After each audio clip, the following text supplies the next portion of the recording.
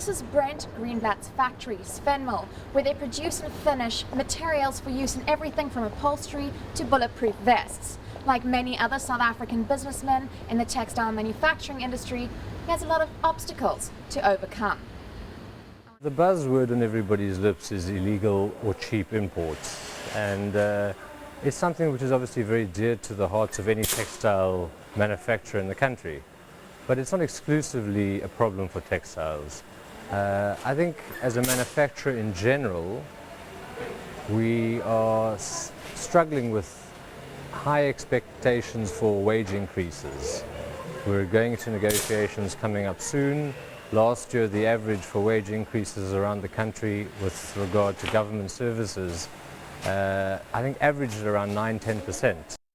The cost of employment in South Africa has left many businesses with no choice but to either trim their workforce or close their doors indefinitely. In the last 2 months alone, at least 10 textile factories have had to shut down because they couldn't meet wage compliance regulations. Trying to contain the expectations for wage increases while still paying a living wage to our staff and have them be able to put food on the table for their families. And that's obviously a major concern for everybody. So how the government balances or manages those wage expectations with what is achievable in the marketplace given the cost of production elsewhere in the world. What's been happening over the past 2 years is that government has been increasing wages almost 3 times the inflation rate, which creates real problems because in the private sector what they intend to do is they intend to try and keep it sustainable. While many factories have had to close their doors due to strict wage regulations, job creation and skills development remains high on the government's agenda.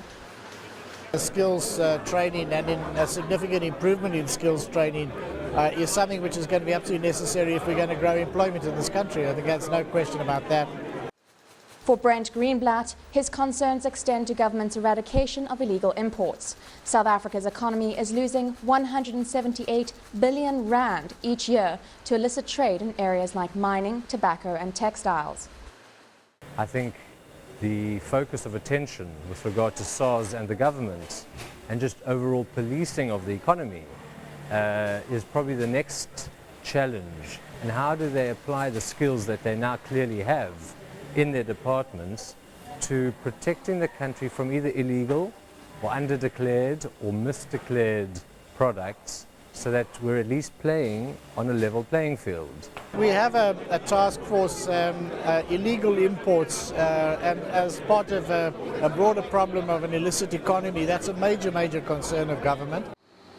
While some believe that it may be better to realign the industry with international productivity output laws and to restructure policies in order to have a central direction, business owners like Brent Greenblatt can only hope that the government incentives can help keep his doors open through these uncertain times.